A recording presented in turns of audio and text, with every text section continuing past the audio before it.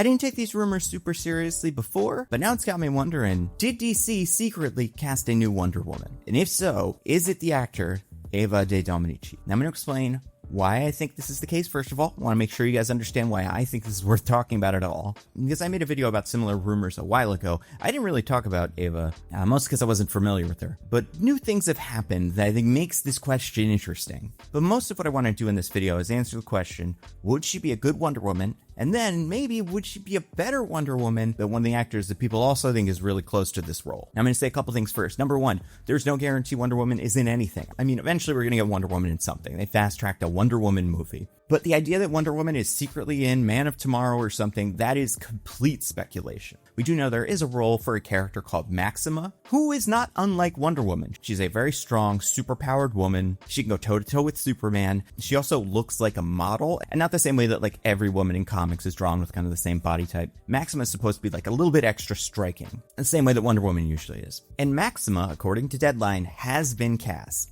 This has not been officially announced by DC. However, there were rumors that DC was looking at 3 actors for Maxima. James Gunn said, absolutely not, that's false, those are wrong. And then a different paper said, oh, actually he's looking at these 4 actors, and then crickets. And the only actor on both lists happens to be the actor that Deadline reported is cast as Maxima, Adria Arjona. We haven't heard much about it since then, outside of Michael B. Jordan introducing Adria Arjona at CinemaCon as a DC superhero, but he didn't say which DC superhero. However, if we're going to believe Deadline, she's playing Maxima, an antagonist that, like in the comics, does traditionally turn into a friend by the end of the story. Her whole deal usually is she is an alien ruler of a planet who cannot find a mate. She's too strong, she's too tough, she needs the best of the best. She hears about Superman, she comes to Earth, she's like, I'm here to be your wife. And Superman says, no you're not. They fight a little bit, and that's like the main Maxima storyline. She showed up in the cartoons, she was also on Smallville, and then she was on Supergirl. She also teams up with Brainiac in a comic called Panic in the Sky. And actually, she doesn't team up with Brainiac. Brainiac kind of takes her hostage. She ends up turning on Brainiac and joining the heroes. So, like, the thing about Maxima, what I'm kind of trying to get at here is, this is not traditionally a large role. Like, she is not a big player in the DC universe. A big crisis event doesn't start. Everybody's like, where's Batman? Where's the Flash? And where's Maxima? Like, she's not on that level. In fact, I would say she's maybe a C-lister when it comes to Superman villains specifically. That she's the kind of character that I think, like, say, Peacemaker, has potential, and if people like them in the movie, assuming they survive the events of the movie, they could come back for more stuff. So I would not be surprised if, even though this role seems small, it could be bigger in the future. It doesn't need to be confined to one movie. So, okay, so Adria Arjona, maybe playing that character. Again, reported by Deadline, but not confirmed. But there's always this thought in the back of our heads, people that follow this stuff closely. If you were casting a Maxima, you'd be looking at a very similar kind of actor to who you would cast as a Wonder Woman, because Maxima and Wonder Woman are so similar. It made us go, hey, I wonder if Maxima is actually just a cover for Wonder Woman, because we haven't seen anything from Man of Tomorrow. Like, we haven't seen images on set or something. So we only know this is Maxima because James Gunn said so once. Maybe he's lying. Maybe it is Wonder Woman. Maybe they want to keep that a surprise for some reason. Or another possibility, maybe Maxima and Wonder Woman are both in this movie. Maybe they cast a Maxima and they cast a Wonder Woman. It makes you go, okay, let's say Adria Arjona is one of those characters. Who's the other one? Because some of the actors that were named, like Sydney Chandler was apparently one of the actors that was reading for this, but then it turned out she's actually Nosferatu in the Creature Commandos season 2, so she's out. There was another actor, Grace Van Patten, we haven't heard anything from her yet, but then the 4th actor that was in that list that was never disputed is Ava de Dominici. And recently there have been a lot of things that would suggest she might be maybe part of this. The simplest one is just on her Instagram, she posted a story with the emojis for a clapper and then a woman with arms crossed in front of her face, which could mean secret, right? Like, it's a secret movie I'm working on, but it could also mean maybe a character in a movie that's known for doing this. I can't believe we're playing charades with emojis now, but that is kind of what we have to do. She also, in this Instagram story about training for some role, used an emoji of 2 crossed swords, which Wonder Woman is one of a few women in DC Comics who fights with a sword. I would say the only one besides that is Katana. Also, the trainer who worked on Superman and is working on Man of Tomorrow, Paolo Machidi, recently started following Ava de Dominici on Instagram. And then he follows like less than 400 people. So it's not like one of those guys who follows everybody. Could be kind of specific. But so the Man of Tomorrow trainer follows her. Also, Lars Winther, the executive producer of Superman and most of the DC movies, started following her recently. So that's not nothing. She seems like she might be involved. Also, and this is according to Forbes, Dominici was asked on an Argentine radio show about these rumors, and she said, quote, this is her answer, I can't talk about DC, but they're going to start announcing the actors who are participating soon. Which is like a pretty specific answer, but it would suggest that she knows something, and it would suggest that she did audition at least, right? Like, maybe she didn't audition for Wonder Woman, maybe she just auditioned for Maxima, but like, that's an interesting answer that confirms some of this. But okay, so we got those two actors, Adria Arjona, confirmed by Deadline, and Michael B. Jordan as something, and then Ava de Dominici seems to be hinting at being part of this as well. And it got a lot of us wondering, hey, what if one of them is cast as Maxima, but the other is cast as Wonder Woman? And that got me wondering, which one would be a better Wonder Woman? Because I don't think we could say which one would be a better Maxima. Maxima is not an incredibly significant role. It's malleable, like I said before, so I think you could play her a bunch of different ways.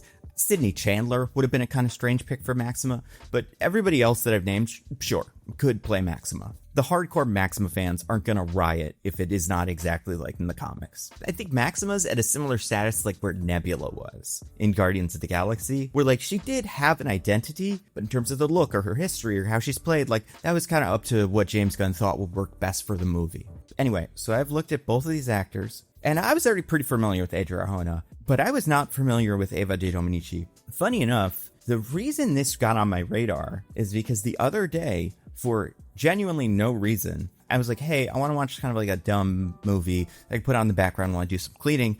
And I turned on, just because I kind of wanted to see what it was, the new Amazon movie Balls Up.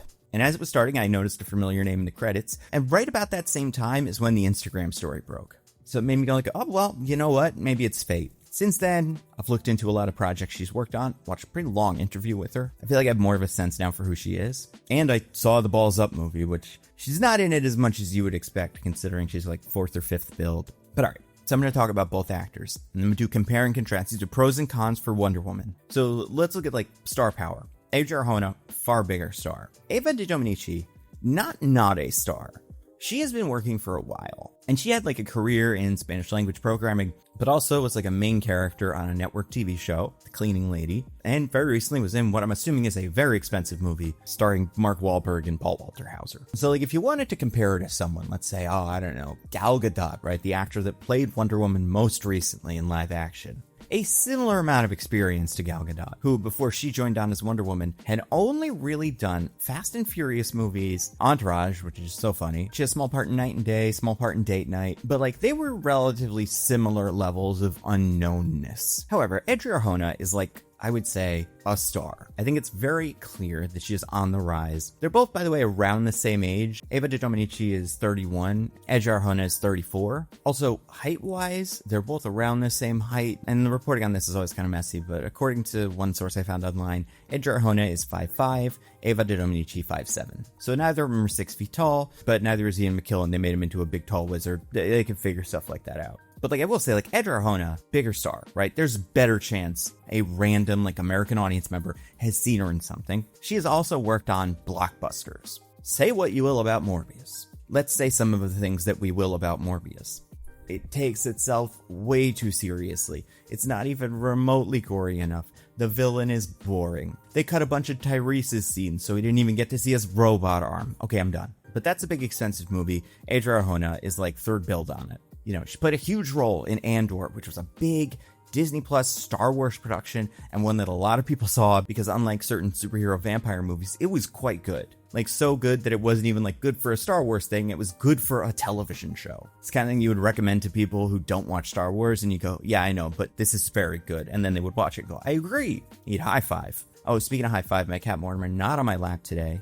Sometimes he gives high fives because he does not like Adria Arjona, because he hates the movie Hitman. Because spoilers for the movie Hitman, a really weird plot point in Hitman is that Glenn Powell's character is kind of like a loser originally, and he has a cat. And then at the end of the movie, when he becomes cool, he gets a dog. But where did the cat go? Did the dog eat it? Did he just throw it away? No time passed. So Mortimer's not thrilled about that movie. But yeah, Adria Arjona, like blockbuster experience, which is important, right? She can handle that kind of pressure, which is not to say that Ava de Dominici is not able to handle that kind of pressure. Then I think that is something worth considering when you're thinking about an actor who is going to lead an enormous franchise like this, especially when if she was Wonder Woman, she's going to go to hospitals in her Wonder Woman costume and visit kids. Like on screen, obviously it's important they can play the role well, but also like they need to be the kind of actor that the studio can depend on, is going to be there in the future. And Adria Arjona is the one that's done that already. But then the way that kind of works against her and this is maybe Ava's first point here, she's much cheaper. I don't know. This information does not come out, so we don't know like how much Ava de Dominici got paid for Balls Up, her most recent movie. But I would say the budget for that movie is probably higher than you expect just because it's an Amazon project and they spent so much money on these things. However, I would be very surprised if Adria Arjona is not far more expensive than Ava de Dominici in the same role.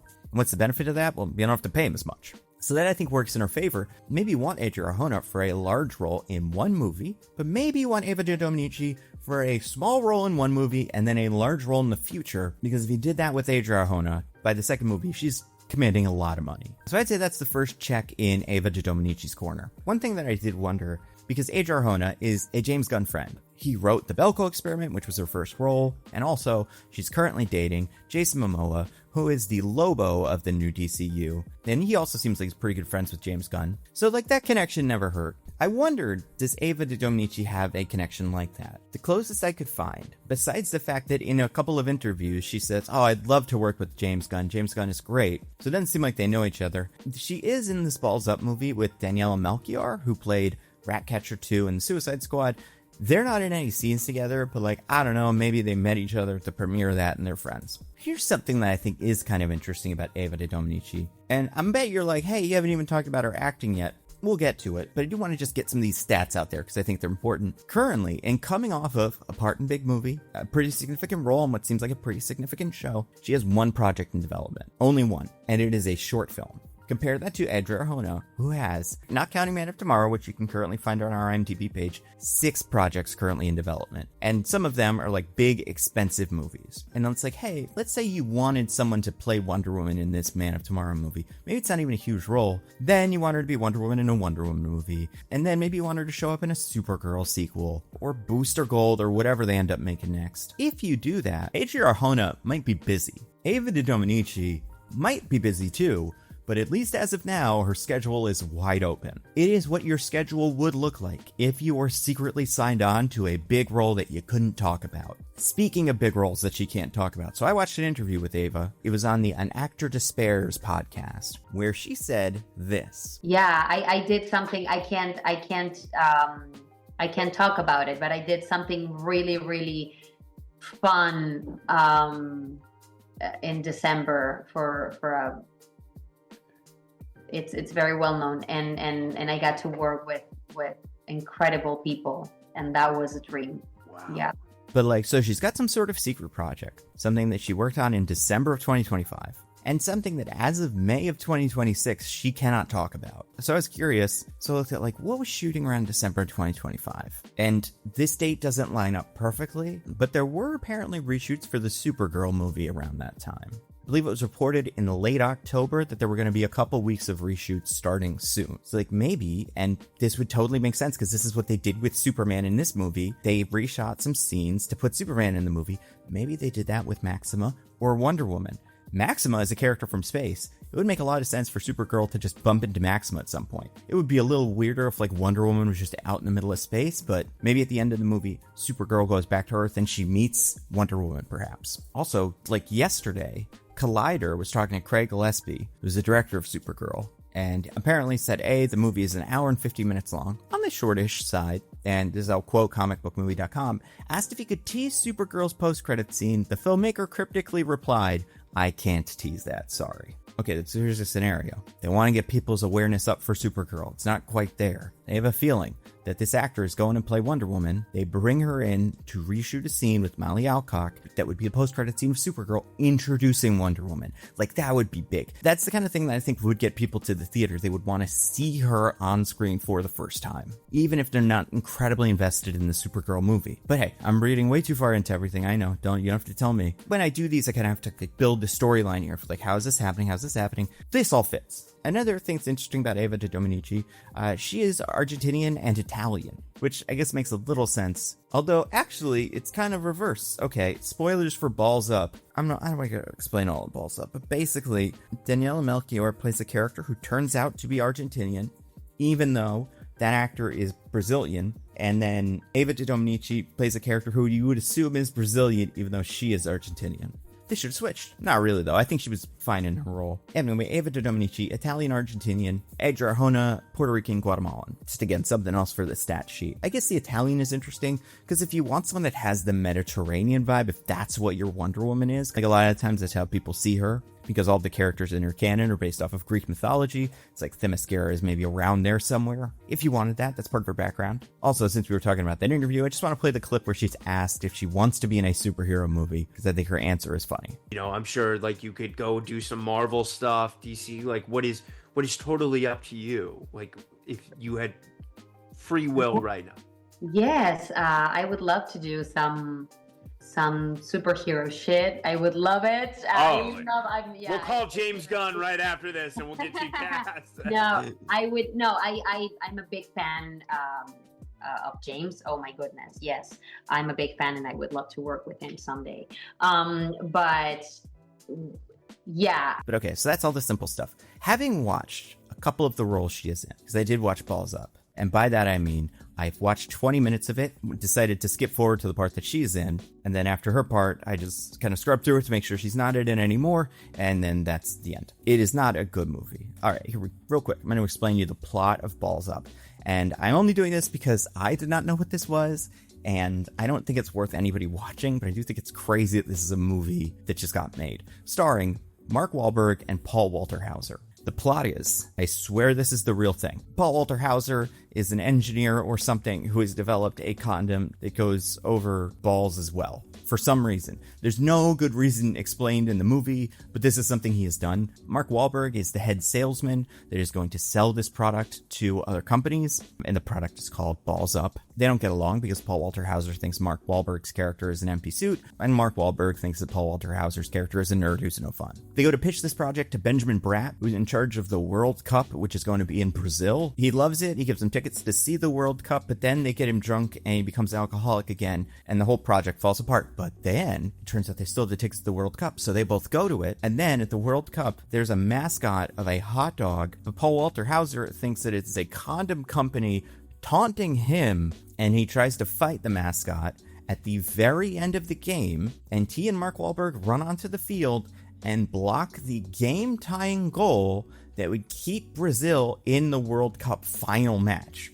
So essentially, they lose the game for Brazil, the country they are currently in. They're arrested. And also, I don't know, they go on this kind of like rules thing of like, you can maybe do that because if something's on the field, then you have to take, which is like, that can't be right because then everybody would do that. And maybe it would be like, you know, you'd be worried about getting shot, but still, like, people take soccer very seriously. Then they go to jail, but then the chief of police or whatever releases them from jail. And it's like, why is he releasing us? And it's like, because the people of Brazil want to kill them themselves because they're like national disgraces. So they have to run around. They end up finding a cartel boss played by Sacha Baron Cohen for some reason. His wife is this character, Amelia, played by Ava de Dominici. And she does a weird thing where she tries to have sex with Mark Wahlberg, but then gets caught by her husband. But that's part of like a game they play. And then right as he's about to execute Mark Wahlberg, he gets executed. And then she tries to leave, and then she dies in a car crash at the end. That's as far as the movie is concerned, that's all I'm gonna explain, because that's her role. Eric Andre's in it, too. It goes on for a while after that. But yeah, the movie's about condom salesmen ruining a World Cup and then being on the run in Brazil. I have no idea how they came up with this movie. It's a bizarre movie. It is also fully not worth watching. You could probably find her performance. It's about 5 minutes right around the middle of the movie. I think she's okay in it. She plays a character that's supposed to be very sexy, but also kind of kooky, a little unhinged. And you know, she's an actor who's like up for a challenge because in this movie, she has to pretend to be attracted to Mark Wahlberg, a man who is 23 years older than her. Just kidding. He looks great in this movie for 54. Anyway, so in that movie, does she give off Wonder Woman vibes? Not really. She doesn't not give off Wonder Woman vibes. She's supposed to feel, like someone who is gorgeous, right? Able to kind of trick Mark Wahlberg into doing anything, which again, it's Mark Wahlberg. That doesn't seem that hard, but still. She's also supposed to be dangerous. I guess Wonder Woman is supposed to be dangerous, so is Maxima. I would say she looks very put together in a way that kind of Wonder Woman is supposed to. And like, I feel like this is definitely true of the Gal Gadot Wonder Woman. She like always looks incredible. She is kind of like superhumanly always put together. And I think she's got that here, I guess. Most people would know her from The Cleaning Lady, though, which is a show that she was on 30-something episodes of. It was on Fox and Hulu. It starred Elodie Young, who played Elektra on Daredevil, who I liked, and I hope they bring back for something. But in this show, she plays the wife of a mobster. As a character over the course of the 3 seasons of the show, and spoilers for the show, she gains a lot of agency, becomes very active in doing mob stuff. Like, she kills people. People try to kill her. I guess here's where I do kind of see this working. The same way that Gal Gadot, as Wonder Woman, was always dressed kind of impeccably, right? She had like these really fancy gowns and outfits because she's partially royalty, depending on what her origin is. I would say Ava tends to play characters like that too, and especially this character, Nadia. And she's supposed to be like formidable, dangerous. I don't know. I don't think this is necessarily like a Wonder Woman audition, the same way that Rebel Ridge was a Jon Stewart audition. But I do think after like a couple of years of playing this character, I could see what someone like John Papsidera, who is the casting director for Man of Tomorrow, and it seems like a bunch of the projects in the new DCU, but like I could see what he sees in her. I also think she would feel different from Gal Gadot. I mean, just in general, I think she's a way better actor. You know, and I can't say necessarily like I think her face looks like a Wonder Woman face because she's like a very pretty Hollywood actress, but like does Adria Arjona or let's say Monica Barbaro, Melissa Barrera, do any of them look more or less like Wonder Woman than any of the rest? I don't think so. But I do think out of, let's just say those four, she does read as like fancy in a way that maybe the others don't. I don't think characters played by her are supposed to feel relatable necessarily.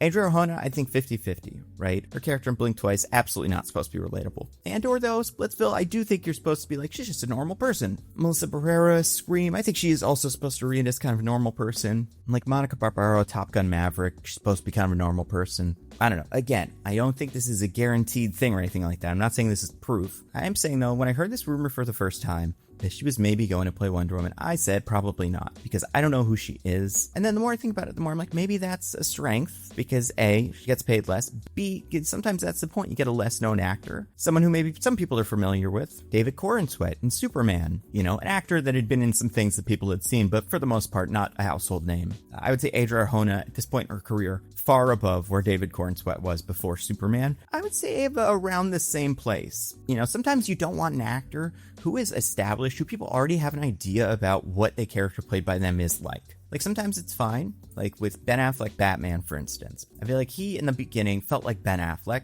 I think by the end of that run, he had a good Batman going. Or something like Paul Rudd Ant-Man, right? Like, that character is just like any other Paul Rudd character in any other Paul Rudd movie, and it totally works. However, a lot of the times with these big, iconic characters, studios do like to get somebody who's not super well known. Because, I don't know, let's say you get somebody like Ana de Armas, who's an actor whose name has been thrown around for this, although I don't think she's realistic. Now, I clip that for when she eventually gets the role. But, like, if she was cast as Wonder Woman, would people see her and instead of seeing Wonder Woman, see her character from Blade Runner 2049, or her character from Knives Out, or her character from The Gray Man, probably not that one, or her character from Ghosted, also probably not that one, maybe her character from Ballerina. But either way, like, people may already have a character associated with her. Whereas this one, blank slate. That could be nice. Here's the thing. This movie is currently shooting, Man of Tomorrow, like the movie that one or both of these women are in. And who knows how much either of them are in it. But if that's the case, we will find out soon. Someone will find them on set. A picture will be leaked. Concept art will be leaked. Or maybe they'll just announce it because, and I think this is a good idea to do, James, better to get ahead of that so you control the narrative. And to be fair to them, I think they're pretty good at this now, right? So that first image of Superman or that first image of Hal Jordan and Jon Stewart walking down the road, like that's how you kind of got to do these. Mostly for people like me to make thumbnails. So, you know, I think we will find this out soon. I'm definitely not convinced Ava de Dominici is the only person that's going to play this character. Like, if I had to bet on it, and I don't bet, there's too much betting in the world. Everything's betting now. You know what's betting that sucks now? Comic books. It's annoying comic books have been like a kind of a part of speculation. Or like you buy a book, not because you want to read it, but because you think it will be valuable in the future. But as annoying as that is, I don't think anything's as annoying as these blind bags that are everywhere now. Like when they made the Battle Beast comic, or the Transformers comic, Ultimate Endgame, DCKO, they're all getting blind bags now, which is just gambling for comics. You are spending money and taking a chance that you're going to get something that you will find valuable or cool. Where in reality, most of the time, you can just pick a variant cover and just buy that, if that's what you're looking for. But if you want to get the one that Robert Downey Jr. signed, you have to do the gambling. And I'm sure that these companies will say it's not gambling, but it is very much like gambling. I imagine people that are prone to gambling buy more than one of these and keep buying them, and that's the point, right? And also, Marvel, this is a note, you can't make a Daredevil #1 blind bag and not have it be either see-through or have everything in it have the same black cover, because Daredevil is blind, He can see through things sometimes. That's a funny joke for a blind bag. It's not a great joke, but the fact that there was a Daredevil blind bag and it was just like all the rest of them, like, I don't know, man, at least be creative with this stuff. What was I saying? Anyway, I don't gamble, but I would say I think this is maybe more possible now than I did a couple days ago. And honestly, if she did get cast, I'd be kind of excited, because watching that hour-long interview with her, I think she seems pretty smart, and she takes acting very seriously. She's been working for a while. Seems like she's got a good attitude. I don't know. And yeah, Adria Arjona, one movie, Maxima, comes and goes, and maybe shows up in one more thing so she can do her 50 other projects. Like, I don't know. That makes sense to me, but I'm sure we will find out soon. And we'll see what they end up doing with that Paradise Lost show, although I don't think Diana will be on that. I think that's just about the history or something of the hidden island of Themyscira, perhaps before Diana existed. Speaking of islands, I was watching a video recently by Tom Nichols on his channel Slow News Day. It's called Trump is Wrong About the Falklands. I had heard that the Falkland Islands were a thing. I probably shouldn't make all of these transitions about how I didn't know what something was until I watched a video about it. But here we are. I didn't know what the Falklands were. I knew there were islands. I had no idea how complicated the colonization of the Falklands was, and why the ownership of these islands, there's only a couple thousand people live there, is so complicated. Is something that anyone's arguing about at all. But Tom's video for that was great, and you can watch that video exclusively, along with all my videos, early and ad-free, on this video sponsor, Nebula. Nebula is where you should be watching these. It's the creator-owned subscription streaming service that I helped to create. So basically all my videos, that's Nando V Movies videos, and the Nando Cut videos too, go on Nebula first. You can watch them without ads. You can download them to watch them offline. It is, without a doubt, the best way to watch my videos. And that's not all, because you got exclusive content on Nebula. Like I said, like Tom Nichols videos. But that's not our only Tom. We also have Tom Scott, who's doing a series called England, where he goes to different counties in England and does an interesting thing, learns about an interesting industry. And in this week's episode, he drives a boat from his childhood that makes him so happy. It's the happiest I've seen a person in a very long time. And episodes of his series, England, go up on Nebula a week early. And Nebula is already a steal at $5 a month, or just $60 a year. But if you go to go.nebula.tv/thenandocut, you can get a year of Nebula for just $30. That is $2.50 a month. It is an amazing deal. Again, go to go.nebula.tv/thenandocut to check it out.